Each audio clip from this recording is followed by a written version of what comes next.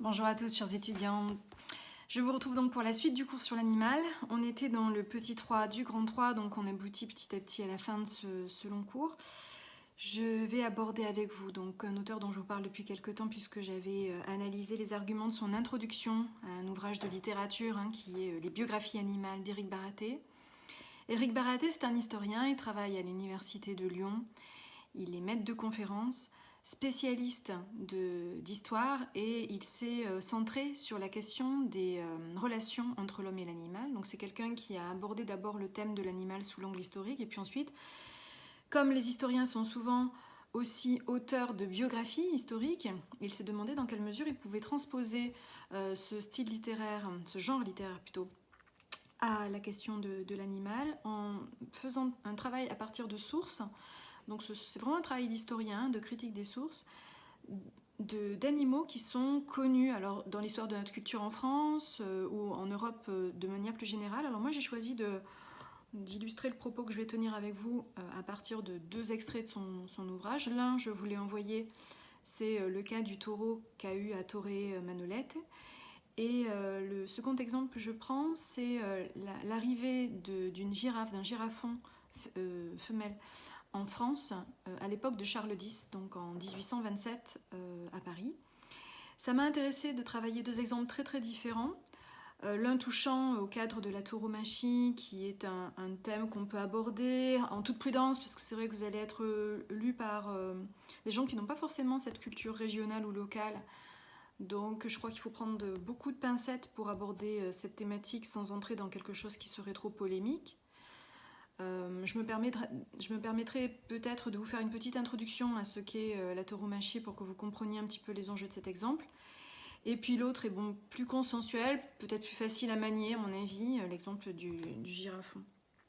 Donc je vous rappelle que dans cette propension qui est celle d'Éric Baraté à aborder l'animal sous l'angle de l'individualité, eh bien, il s'inscrit dans un registre qui a été souvent le propre de la littérature. Je vous ai dit que la science avait une grande méfiance à l'endroit de cette individualité, ne serait-ce qu'à travers l'éthologie de type behavioriste. Mais la littérature avait pris à charge d'aborder l'animal en tant qu'individu, mais souvent avait péché par un excès d'anthropomorphisme, ce qui faisait que cette littérature était peu prise au sérieux. Il était difficile de sortir de l'humain dans la littérature. Et c'est vrai que Baraté reconnaît que cet anthropomorphisme a des vertus en tant qu'il a permis une forme de reconnaissance de l'animal. Forcément, si vous regardez des dessins animés où les animaux sont les héros, des films, des BD ou de la littérature enfantine, des contes, etc., où l'animal est omniprésent, ça va familiariser avec certains comportements de l'animal. Mais si ça a aidé à la reconnaissance de l'animal, ça n'a pas aidé à sa compréhension. Et donc l'idée, c'est quand même de comprendre mieux ce qu'est l'animal en tant que tel et pas de plaquer nos référents humains sur lui, ce qui est donc une forme excessive d'anthropomorphisme. Donc, est-ce qu'on peut s'intéresser à un animal qui serait peu humanisé, qui n'aurait pas ces traits qui peuvent intéresser l'homme de manière indirecte en tant qu'il finalement cet homme s'intéresse à lui-même? Alors, on pourrait, dans un premier temps, considérer que certains animaux vont intéresser parce qu'ils sont héroïques.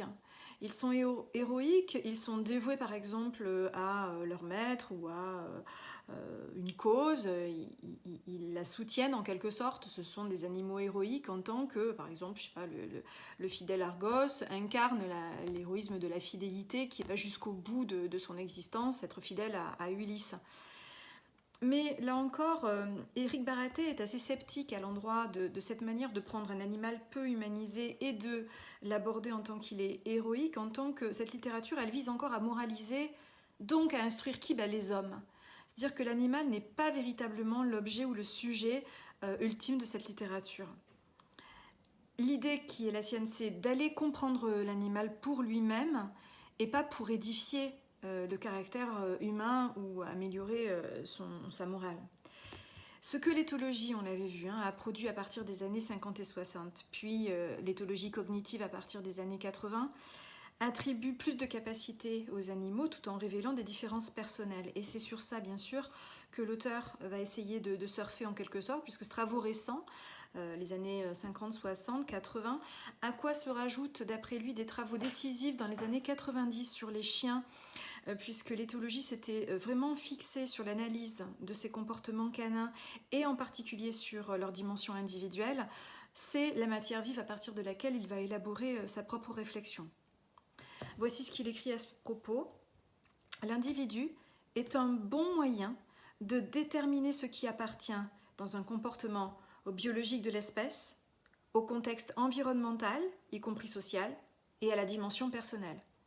Donc il y a, vous le voyez, dans un comportement des facteurs très très divers, il les évoque en ces termes, le côté biologique de l'espèce, le contexte environnemental et puis social, et la dimension personnelle qui se surajoute à tous ces éléments. Donc forcément l'individu, c'est aussi un cumul de toutes ces influences diverses. Moi en tant qu'individu, j'appartiens dans mon comportement à des éléments extérieurs à moi, le biologique de l'espèce à laquelle j'appartiens.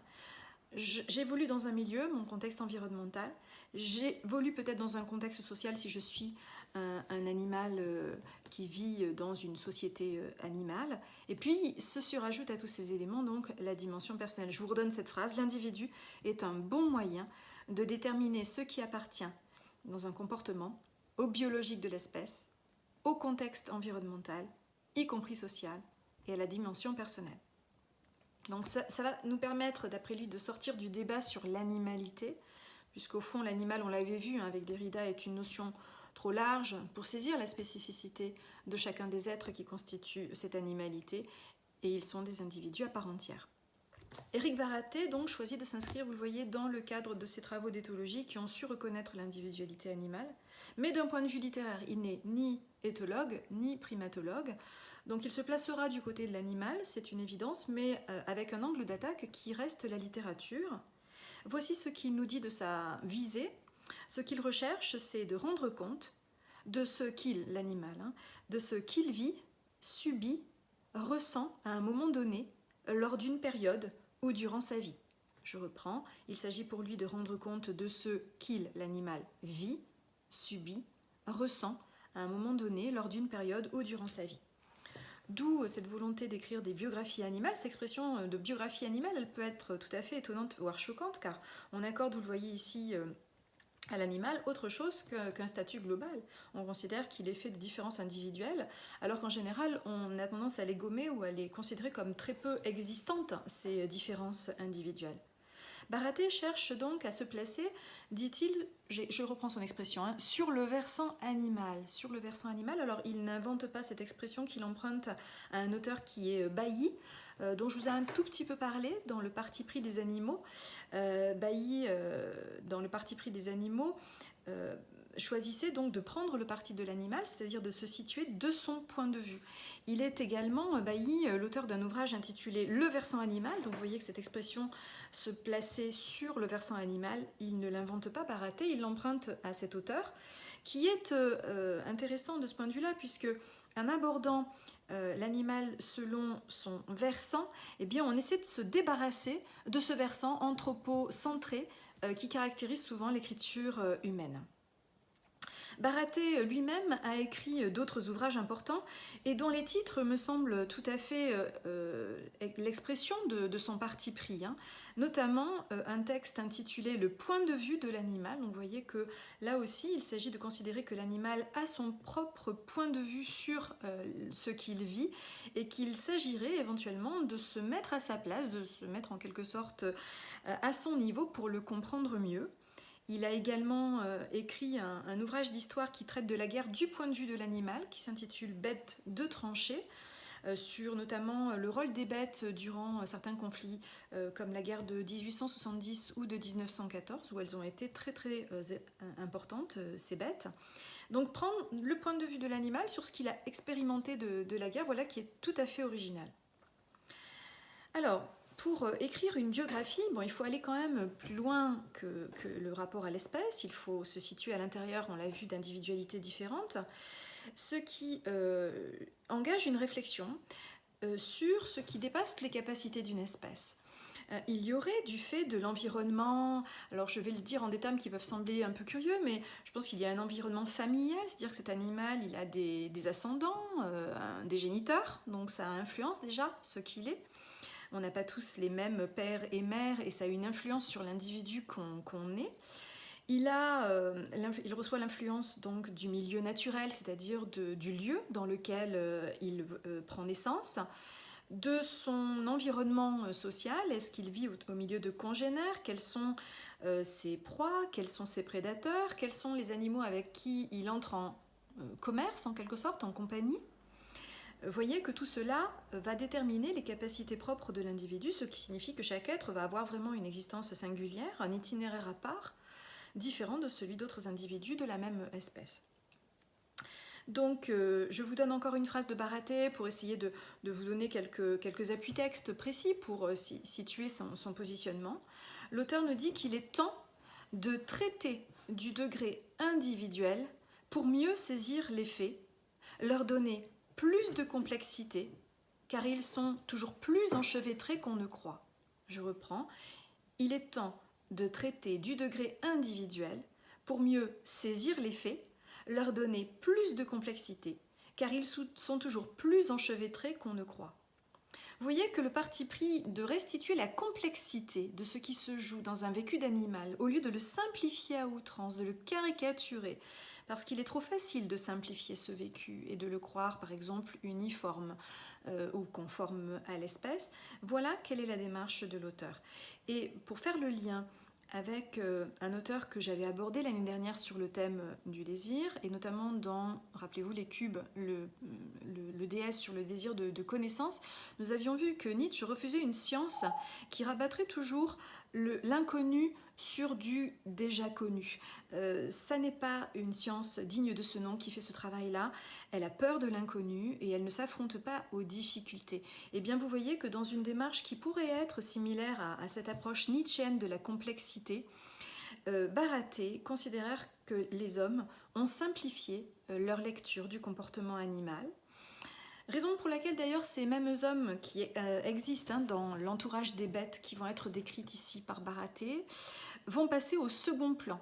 D'habitude, ce sont les hommes qui sont les héros de la littérature. Ici, ils existent, mais sont au second plan, puisque c'est le point de vue de l'animal qui est mis en valeur. Ils deviennent des personnages secondaires, ces êtres humains. On peut critiquer cette idée de point de vue de l'animal en considérant qu'ils n'en ont pas, mais Bharate se revendique d'auteur que j'aborderai dans mon tout prochain cours, qui porte sur l'idée de monde chez les animaux, à savoir un auteur important qui est von Uexküll, Jacob von Uexküll, qui avait en son temps, au début du 19e siècle, démontré que chaque espèce avait son monde, que les animaux avaient une appréciation différente du monde. Et bien Bharate pousse cette idée jusqu'à son comble en considérant que ça n'est pas que l'espèce qui a son monde, c'est aussi chaque individu qui a un monde différent du voisin. Dès la seconde moitié du 19e siècle, on s'est en effet intéressé au point de vue de l'animal. Je vous renvoie notamment aux travaux intéressants du photographe Batut, B-A-T-U-T, dont vous pourriez éventuellement dans vos dissertations produire quelques commentaires, à mon avis, tout à fait pertinents. En effet, le photographe Batut est connu pour avoir fait des portraits de chiens en se baissant à leur hauteur pour restituer leur point de vue, leur manière de se présenter, d'observer le monde. Je vous renvoie également à un peintre du début du XXe siècle qui est Franz Marc, comme le prénom, M-A-R-C. Franz Marc peint notamment en 1912 un paysage abstrait qui s'intitule « Voilà comment mon chien voit le monde », qui est quelque chose d'étonnant parce qu'il a eu l'idée de restituer la manière dont l'animal pouvait voir la réalité et ça l'autorise bien sûr à produire un paysage peu figuratif puisqu'on va considérer que l'animal ne voit pas tout à fait comme voit l'homme, a une vision plus floue, moins colorée. Alors même si il est faux d'un point de vue, on va dire, physiologique, puisque la vue des chiens n'est pas tout à fait similaire à ce qu'il en donne, et bien le fait même qu'ils disent voilà comment l'animal voit le monde, voilà comment mon chien voit le monde, suggère une différence de vision, une différence de point de vue. Kafka, qui fait se glisser un homme Grégor dans la peau d'une blatte, d'un monstrueux insecte, ne fait pas autrement. Il montre qu'on peut, en tant que blatte, modifier complètement la représentation qu'on a du monde et que la représentation que les autres ont de nous changerait tout autant. Cette approche du point de vue, qui, vous le voyez, a un certain succès dans les années de la fin du 19e jusqu'à Kafka, a décliné après 1945. Alors on peut se demander pourquoi ce peu d'intérêt pour le point de vue animal. Une hypothèse pourrait être alléguée, c'est qu'après le second conflit mondial, il s'est agi souvent de défendre d'abord l'humanité, sa dignité qui avait été atteinte du fait de la Shoah, condamner les crimes contre l'humanité, rétablir l'humanité dans ce qu'elle est. Donc on s'est plus concentré sur la question de l'humain, on s'est désintéressé à l'animal et il faut attendre à nouveau les années, on va dire 1980-90, pour que les travaux d'éthologues commencent à être connus du grand public et pour que la mentalité générale s'oriente différemment et reconsidère cette question du point de vue. Alors il y a peut-être un film qui a eu sa part, c'est que dans les années 70 est sorti un film sur une éthologue importante qui est Diane Fossé, qui est spécialiste de gorilles et qui a vécu dans des communautés de gorilles. Et ce film avec Sigourney Weaver, intitulé Gorille dans la brume, où on voit donc le personnage de Diane Fossé qui vocalise pour se faire comprendre des gorilles qui mangent comme eux, qui se grattent à la manière des gorilles pour essayer d'intégrer, et d'ailleurs elle y parvient, le groupe des gorilles, voilà, qui donne à comprendre que si on veut mieux connaître les animaux, si on veut mieux les comprendre, il faut se mettre du point de vue de leur comportement, leur poser les bonnes questions en quelque sorte, comprendre comment eux-mêmes fonctionnent. Il faut améliorer nos relations avec eux. Pour cela, il faut entrevoir que l'animal perçoit le monde à sa manière. Cependant, Baraté est tout à fait conscient que ce point de vue adopté, le point de vue de l'animal, c'est forcément très limité et qu'il faut garder une grande humilité dans la démarche qui est la sienne, d'essayer d'adopter ce point de vue, parce qu'on ne sortira jamais de l'humain. C'est une évidence qu'on ne pourra jamais connaître exactement ce point de vue de l'autre animal. Et on pourrait même creuser en disant que c'est un peu ce qui nous sépare aussi des autres êtres humains. Nous ne saurons jamais exactement ce que c'est que d'être, pour une fille, un garçon, pour un homme âgé, être âgé, pour une jeune personne, alors qu'on ne l'est plus, de la comprendre avec ses approches culturelles propres, générationnelles. C'est-à-dire qu'au fond, l'autre reste opaque, il reste difficile d'accès, et c'est encore plus vrai lorsque c'est à l'animal qu'on essaie de s'adapter, qu'on essaie de comprendre. Baraté déclare dans ce sens l'incapacité à sortir complètement de l'humain et l'accès limité aux autres ne signifie pas une impossibilité et un renoncement. Je reprends, l'incapacité à sortir complètement de l'humain et l'accès limité aux autres ne signifie pas une impossibilité et un renoncement. Vous voyez un certain optimisme chez Baraté, mais sans naïveté. C'est quelqu'un qui sait qu'on ne pourra jamais comprendre véritablement l'autre. On a un accès limité à cette altérité, mais il ne faut pas renoncer. Ce n'est pas impossible de comprendre l'autre. Et je pense que c'est un peu ce qu'on essaie de suggérer lorsqu'on dit qu'on se met à la place de quelqu'un, qu'on comprend sa douleur, qu'on a de la sympathie, de l'empathie ou de la compassion à l'endroit, par exemple, de la souffrance de quelqu'un. Baraté, donc, vous voyez, est optimiste. Il veut rester dans cette démarche d'essayer de comprendre l'altérité d'un animal, d'un individu animal. Et il nous dit même que sa démarche est absolument indispensable, qu'il faut la généraliser. Voici ce qu'il écrit à ce propos. En fait, la quête des points de vue est une exigence indispensable et un but inatteignable. Donc c'est à la fois vain, puisqu'on ne pourra jamais tout à fait être dans la peau de l'autre, mais c'est une exigence indispensable dans la mesure où on ne peut pas connaître, comprendre, sans en passer par cet effort. Il faut, dit-il, considérer que c'est indispensable. Pourquoi ? Pour passer du côté des animaux. Indispensable pour passer du côté des animaux. Et inatteignable parce que nous ne sommes que des hommes. Alors, la démarche qui est la sienne s'appuie notamment, je vous le disais, sur l'éthologie canine. Je voudrais revenir un petit peu sur cette question puisque je l'ai très peu abordée avec vous dans l'année. Cette école hongroise d'éthologie canine qui a beaucoup travaillé dans les années 90 au tout début de l'IRM, de l'imagerie qui permet d'analyser le fonctionnement cérébral. De la même façon que par IRM, on peut analyser un fonctionnement cérébral humain, et bien on peut faire ce travail sur les chiens, et c'est ce qu'a fait cette école hongroise d'éthologie canine. Ils ont démontré que l'animal donc était très attentif aux mots, aux intonations que nous, les hommes, nous avons lorsque nous prononçons certains mots. Ils les comprennent, ces mots. Ils en comprennent un certain nombre. Ils comprennent également, au-delà du message que nous faisons passer, notre anxiété, notre inquiétude ou au contraire notre détente, notre joie. C'est-à-dire que ce qui compte, vous voyez ici, c'est que l'animal interagit avec nous, il est sensible et chaque animal a sa propre singularité en matière de plasticité cérébrale, c'est-à-dire que de la même manière que le fonctionnement cérébral d'un être humain est tout à fait original et unique, et bien là aussi par IRM, on voit que certains animaux vont réagir à certaines intonations. Un animal qui est par exemple un maître dont la voix est très grave va être sensible à certains infrasons, d'autres plus sensibles à des voix aiguës et douces ou ce genre de choses. Ce qui compte finalement dans la démarche qui était celle de cette école hongroise, c'est moins les résultats, je trouve, que l'intention. Parce qu'à travers cette intention, il y a vraiment l'idée d'utiliser une méthode pour se décentrer de l'être humain, pour essayer de se projeter dans le monde de l'animal, dans sa manière de percevoir les choses en faisant preuve d'empathie.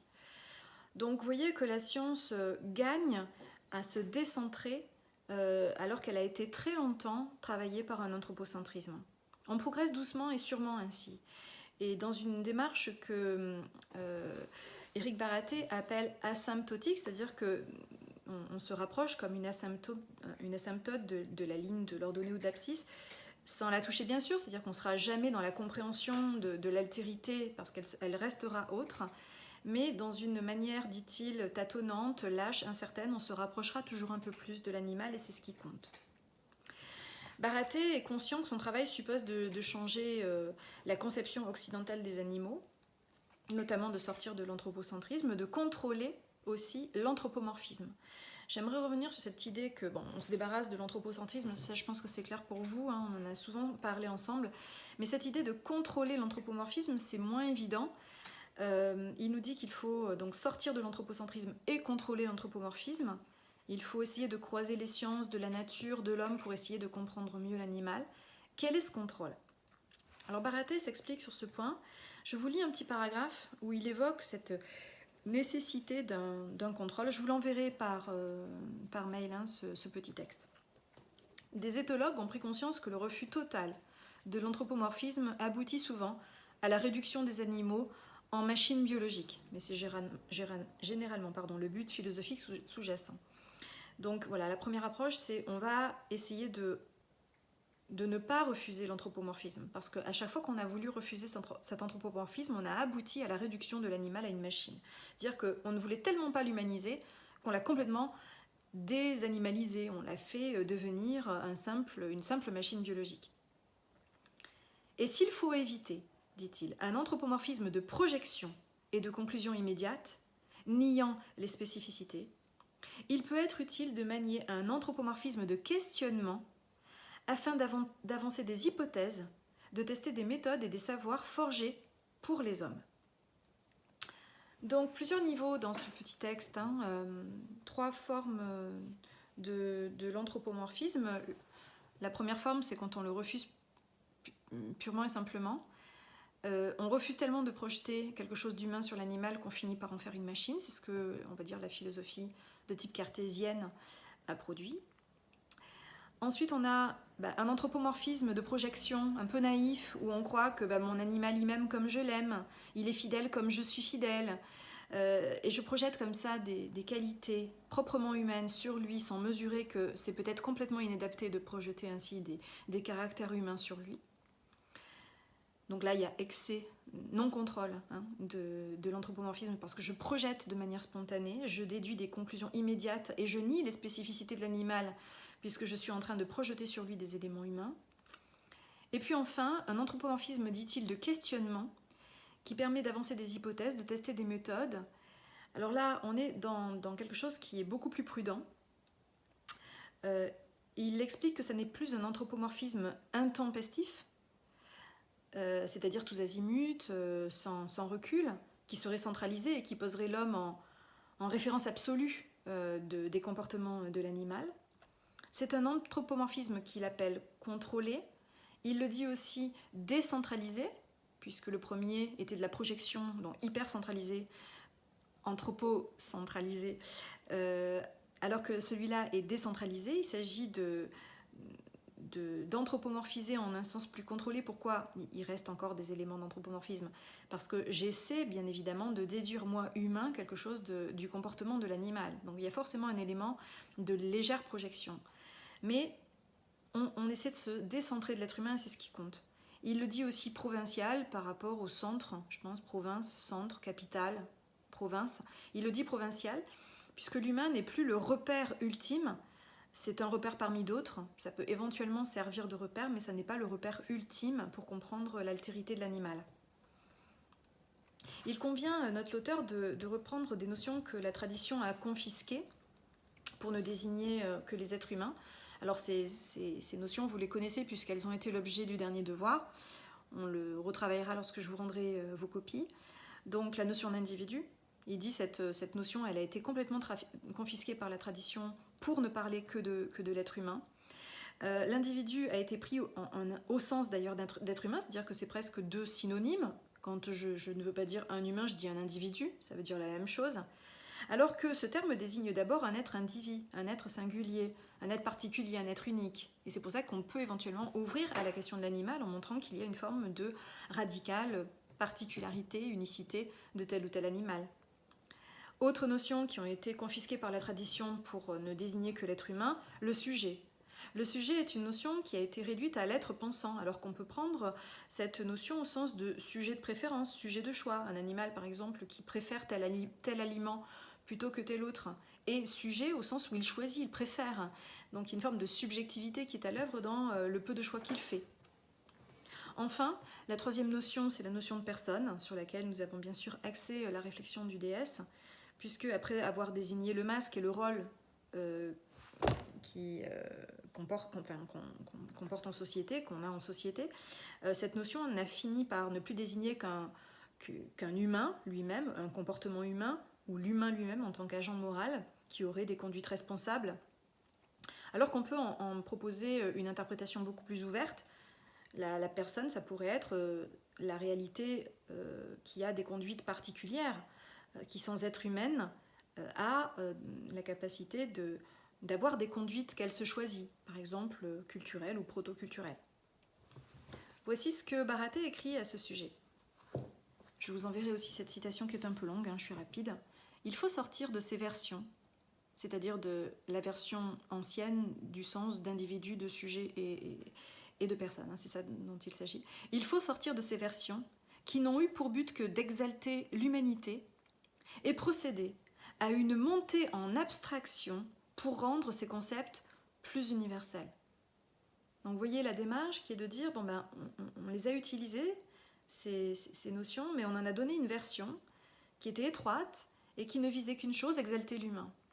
Si on procède par abstraction, c'est-à-dire par ouverture de ces notions à quelque chose de plus abstrait, eh bien on rendra ces concepts plus universels, c'est-à-dire qu'ils pourront concerner l'animal et pas simplement l'être humain. Il poursuit ainsi, pour l'instant, partons avec l'idée qu'un individu a des traits singuliers, une personne des conduites particulières, un sujet des préférences et des choix. On peut les utiliser pour une partie des animaux que la science actuelle accroît sans cesse.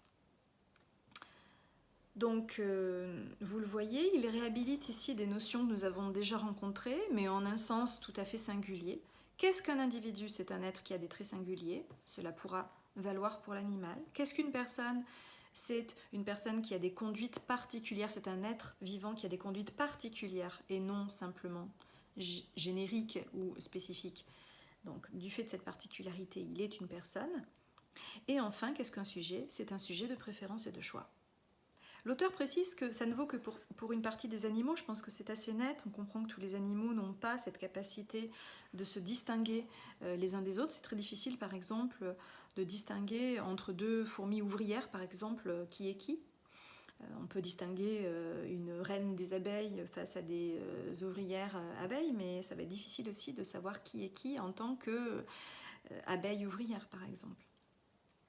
Cependant, la science accroît, dit-il, sans cesse cette liste, c'est-à-dire que ce qui valait jusqu'à présent en primatologie et qui était abordé sous l'angle donc des gorilles, bonobos et tout ça, maintenant on l'aborde chez des dauphins, vous l'avez vu dans le texte que je vous avais donné de Yves Christen, ça vaut également pour de très nombreux oiseaux, enfin on est en train de comprendre que l'individualité de l'animal, finalement, ça peut se concevoir sur un grand nombre d'animaux qui ont une existence individuelle que nous avons ignorée jusqu'à présent.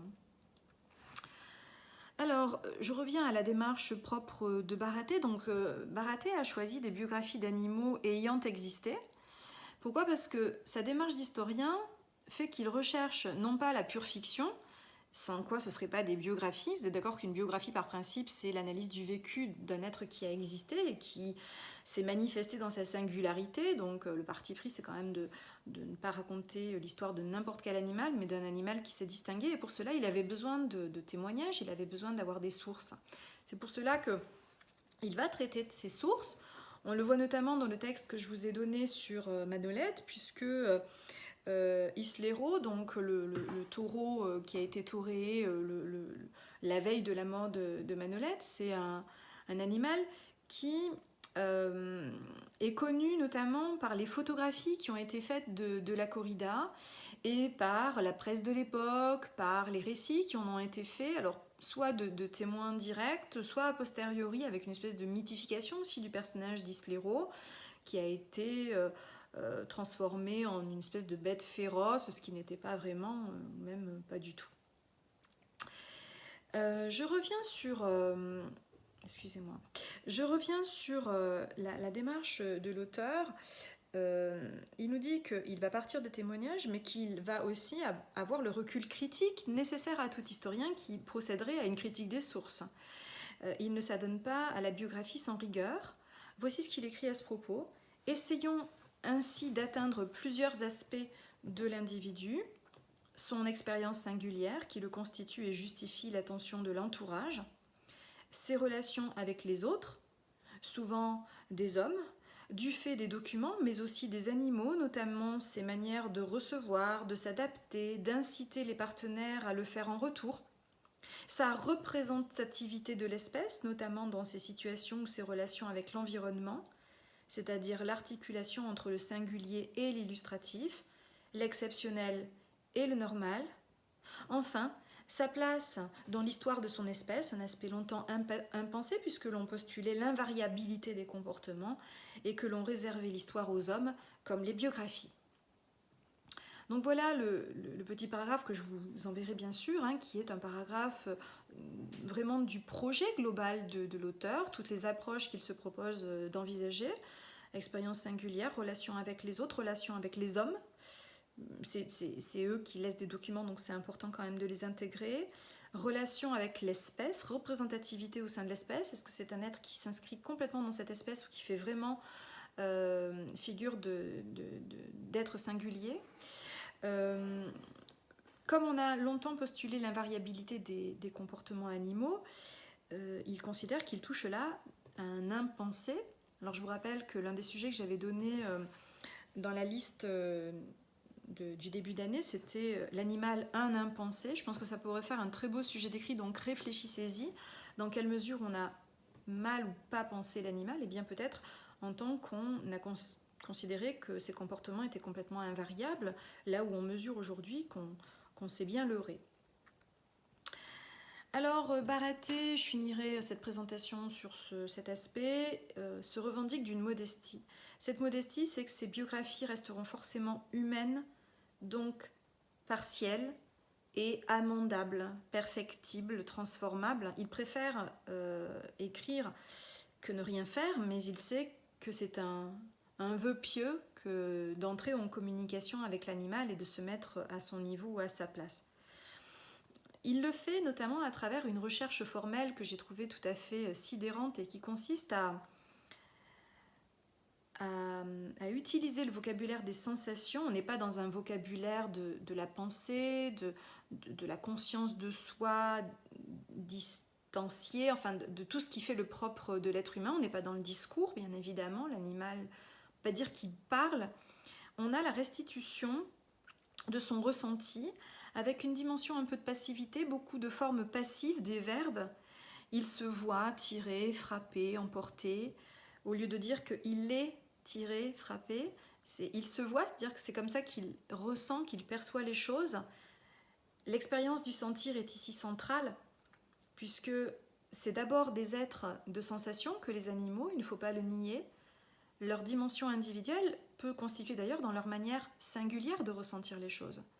Un animal n'a pas la même capacité de résistance au stress. Il y a des animaux qui vont vivre ça avec pas mal de détente, d'autres qui vont être stressés au point de mourir d'ailleurs de leur état de stress. Je finirai cette présentation avant de passer à mes exemples par la formule suivante. Montrons donc que chacun des animaux choisis a sa traversée et son appréhension du monde.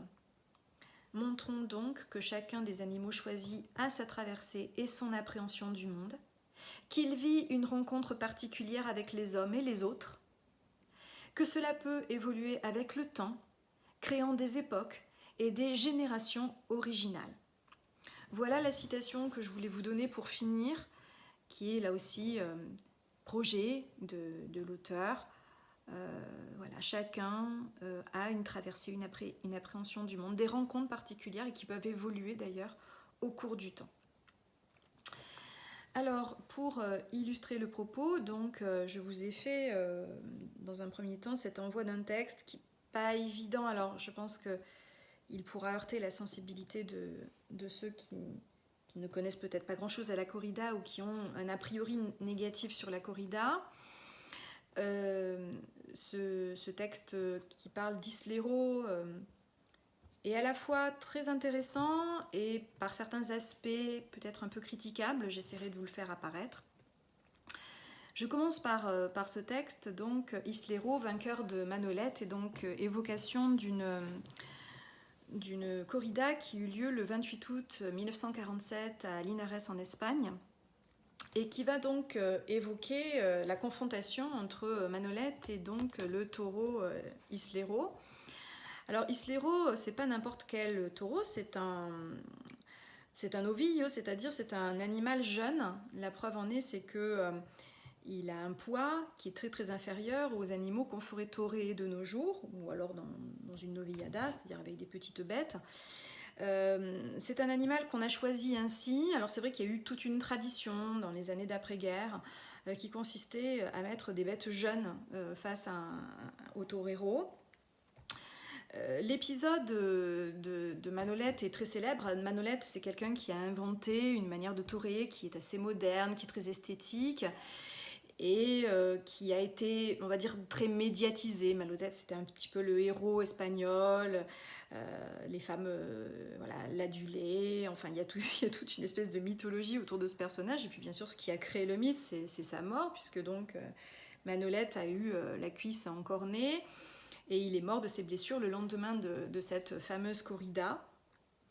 La position ici de Bharaté est d'interroger le vécu de l'animal. Alors même si je ne suis pas tout à fait d'accord sur ce qu'il dit de la manière dont l'animal a été affeité. Donc affeiter un taureau, c'est lui enlever une partie du bout de sa corne, où il décrit la chose comme étant une souffrance terrible. Alors c'est pas évident parce que c'est une partie assez insensible qu'on enlève, et il décrit peut-être la chose de manière un petit peu outrancière. J'en ai parlé avec des connaisseurs qui m'ont dit, bon, j'ai fait lire ce texte à deux individus qui sont des aficionados, qui sont des spécialistes de ça, et qui m'ont dit le texte est intéressant, il travaille sur un vécu de l'animal qui n'est pas inintéressant et qui est souvent d'une très grande justesse, mais bon, pour ce qui est de la feitaa, c'est un petit peu caricatural et on en rajoute sur la douleur vécue par l'animal. Cependant, c'est quand même important de comprendre que cet animal, donc, qui vient d'un élevage prestigieux qui est les Miura, près de Séville, on en a fait un mythe de cet animal, on en a fait un être qui serait l'expression de la brutalité, de la violence, de la sauvagerie, alors qu'en réalité, c'était plutôt un animal médiocre. Et d'ailleurs, à la fin, on nous dit que Miura a décidé de tuer sa mère. Alors, c'était pas pour tuer la mère de cet être sanguinaire qui avait tué Manolette, c'était parce que si le petit était pas très bon, ça voulait dire qu'elle n'était pas une bonne mère, qu'elle allait engendrer des bêtes qui ne seraient pas suffisamment braves. Donc il y a peut-être là aussi à nuancer sur le propos, mais bon, je ne reviens pas sur les points de détail. Ce qui est intéressant, vous le verrez dans ce texte, donc c'est les adjectifs qui expriment le ressenti. C'est une sensibilité qui est liée aussi à la manière dont les animaux voient. Donc un taureau, ça voit autour de 10h10. Ça ne voit pas face, ça voit autour de 10h10. Et parfois, il y a des animaux qui ont une vue qui peut être un petit peu déviée et mal voir d'un côté. On le voit, on peut analyser la manière dont un animal est tauré ou dont il se positionne, indique son rapport visuel, la manière dont il voit le monde. On peut taurer de face et lorsqu'on taurait de face, eh bien, l'animal ne voit pas. Le petit homme qui gigote, il ne voit que l'épée et la cape. Donc c'est vrai que là aussi, il essaie, à partir des données de la physiologie, des données de l'éthologie, de comprendre de l'intérieur comment un animal tel que ce taureau vit les sons, la vue, les expériences de douleur, la montée du stress du fait des hormones, la manière dont la douleur à un moment donné disparaît parce qu'il y a une décharge d'adrénaline. C'est-à-dire qu'il essaie de se situer du point de vue du vécu de l'animal. Je trouve que c'est vraiment audacieux et intéressant. C'est assez rare d'aborder la corrida sous cet angle-là et de se mettre à la place du vécu de l'animal. Alors bien évidemment, l'insistance très lourde sur la souffrance de l'animal semble suggérer que Rick Baraté, c'est pas quelqu'un qui est trop pour la corrida, et la question c'est pas de savoir si on est pour ou si on est contre, mais de reconnaître que l'animal y souffre. Je crois que c'est pas un vain mot de le rappeler, quand bien même la souffrance fait partie de notre existence et que parfois nous la produisons pour aussi le plaisir de la produire. Et ça ne va pas qu'avec les animaux, on le fait aussi avec les êtres humains. Hein. Faire mal pour jouir. Et aussi pour le spectacle déroutant et tragique de cette douleur. Donc je vous laisse découvrir ce texte qui moi m'a troublée du fait de cette manière très saccadée aussi de restituer le vécu, poussé dans un trou noir, caisse en bois, flanc et croupe pressée, impossible d'avancer, reculer, tourner, inquiétude, tête agitée de haut en bas, coup de sabot sur le sol, agitation au-dessus, homme passant les bras, cornes touchées, secouer la tête en vain. On est vraiment dans des espèces d'images flash qui sont comme autant de sensations qui se cumulent dans ce vécu de l'animal. Je trouve ça très audacieux, ça se lit, c'est un peu difficile parce que c'est extrêmement saccadé, mais on rentre dans cette écriture-là qui restitue un vécu. Alors je ne suis pas certaine que ce vécu soit tout à fait, et c'était d'ailleurs la modestie de l'auteur que de le reconnaître, pas sûr que ce soit bien le vécu de l'animal, mais on essaie de s'en rapprocher de manière asymptotique. La démarche est quand même très intéressante, je trouve. Je vous laisse découvrir ce texte, bien sûr. Je ne vais pas en faire un commentaire serré, ça n'a pas de sens. Je reviendrai, si vous le souhaitez, sur ce qu'est la tauromachie, sur ses buts, parce que je sais que certains d'entre vous sont intéressés par la question ou ont envie de découvrir ce que c'est. Il se trouve que je connais un petit peu, donc je pourrais vous en dire quelques mots, sans entrer dans le débat de savoir s'il faut ou s'il ne faut pas, en essayant de garder toujours cette distance de l'analyse philosophique, sans entrer dans la démarche polémique. Je ne la crois pas en philosophie tout à fait justifiée. Pour ce qui est du deuxième exemple, à savoir donc la girafe offerte à Charles X, alors là on est dans un registre très très différent, puisque donc cette girafe de Charles X, l'auteur nous dit qu'elle a été amenée du Soudan, elle a traversé tout le Nil, on l'a arrachée. Alors, est-ce que c'est à sa mère? C'est pas évident. L'animal est petit, c'est un girafon. 2 girafons vont être capturés. Est-ce que c'était la mère qui était là? Peut-être pas, parce que souvent, on sait que les femelles se laissent les petits aux autres femelles du clan pendant qu'elles vont manger, chercher de l'eau, etc., etc. Mais en tout cas, il y a eu une forme de séparation brutale, de souffrance sans doute.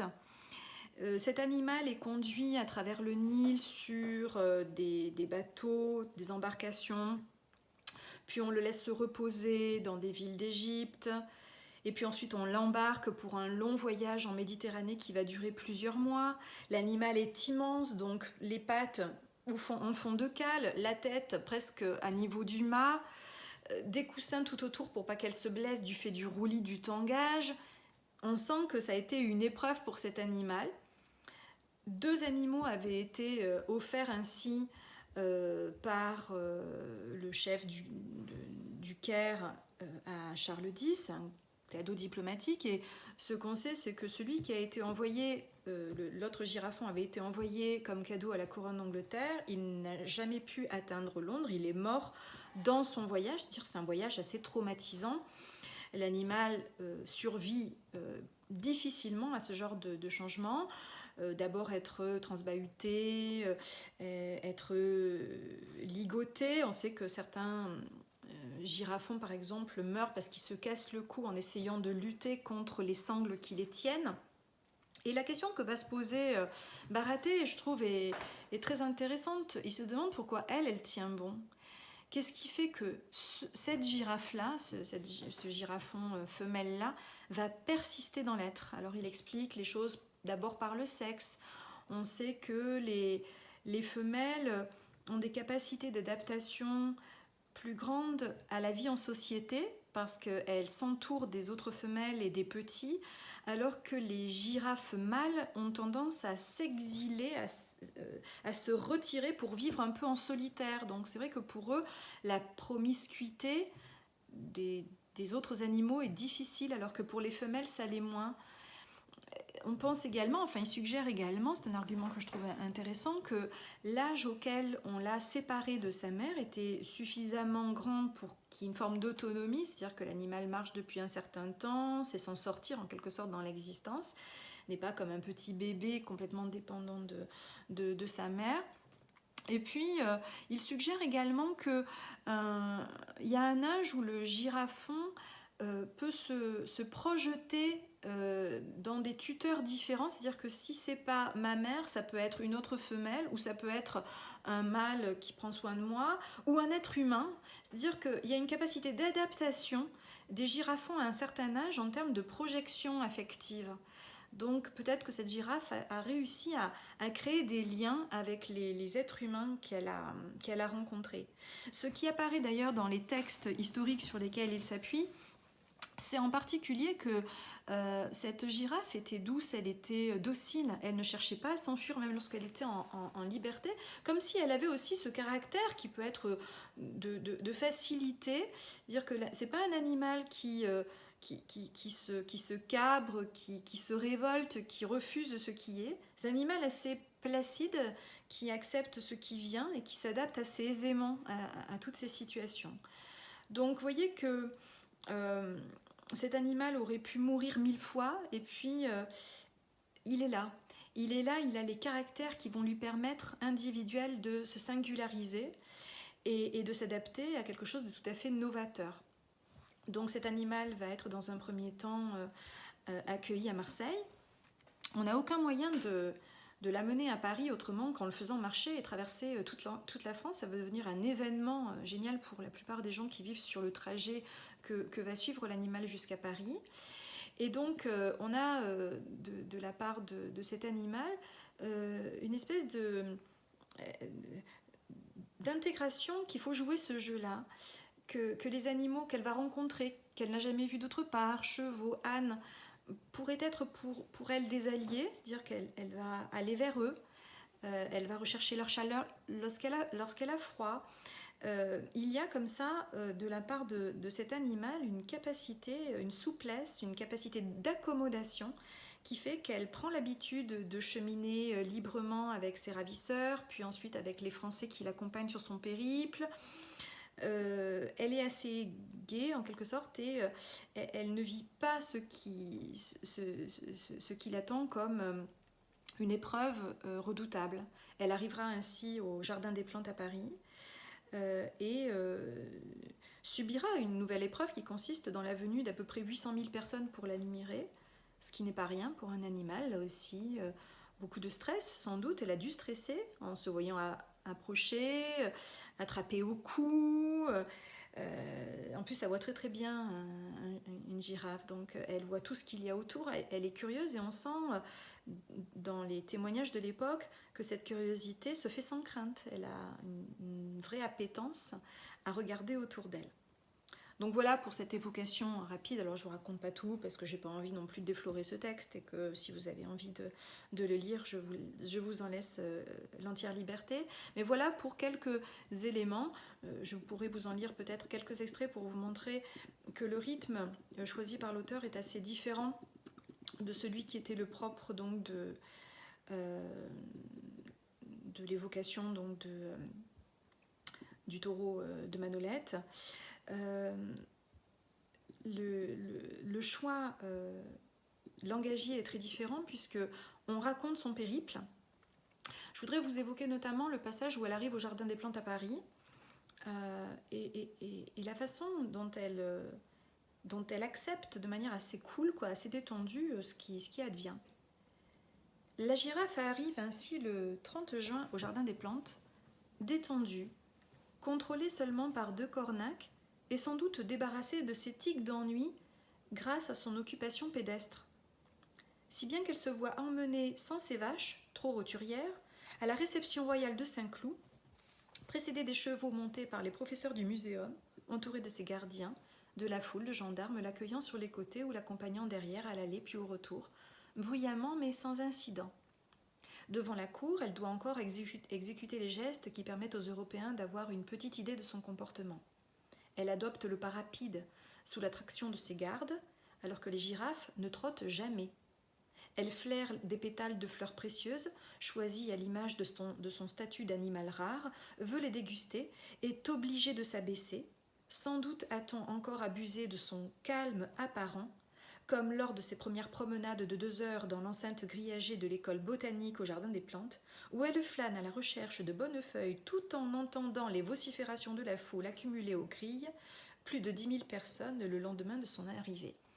Après Saint-Cloud, elle parade moins longtemps pour ménager son repos et s'épargner une indigestion de fleurs que le public apporte pour imiter le roi et voir s'approcher, qu'elle déguste avec gourmandise, les girafes les aimant beaucoup. On est vraiment dans une autre manière d'écrire, vous le voyez par rapport à l'épisode du taureau donc de Manolete, Istero, dans la mesure où c'est un animal qui ne vit pas mal l'expérience qui est la sienne. Elle a une capacité d'adaptation, elle s'est adaptée parce qu'elle a fait le chemin avec les vaches, ça l'a aidée à aller jusqu'à Paris. Elle avait besoin de marcher, sinon elle s'ennuyait, elle avait des postures d'ennui lorsqu'on la mettait dans des lieux longtemps pour être observée par les villageois, mais dès qu'elle entrait et qu'elle faisait sa marche, elle appréciait. Elle s'est adaptée à la course, à la rapidité du trot des chevaux et elle les a imités entre-temps, ce qu'elle ne fait jamais à l'état naturel. Donc vous voyez la capacité vraiment d'adaptation de cet animal. On lui offre des mets précieux, elle s'y habitue, elle découvre vraiment la vie avec de nouvelles expériences, un nouveau prisme et s'y adapte avec manifestement beaucoup de joie. Donc voilà pour ce deuxième exemple, je m'arrête pour aujourd'hui. Excusez pour le ton un peu fatigué de ce cours, je suis un peu fatiguée en ce moment, bon, ça se ressent dans ma voix j'imagine. Donc je vous retrouve très bientôt, je vous rendrai vos copies mercredi, enfin vos notes, parce que pour l'instant je ne peux pas vous voir, donc je vous les rendrai lundi prochain. Je vous ai préparé un corrigé rédigé, entièrement rédigé, je vous l'enverrai en même temps que vos notes. Essayez peut-être de le regarder d'ici lundi pour qu'on puisse en parler ensemble. C'est important que vous ayez une bonne connaissance de ces corrigés, hein. C'est un point sur lequel je ne démordrai pas. À bientôt, bonne écoute à vous.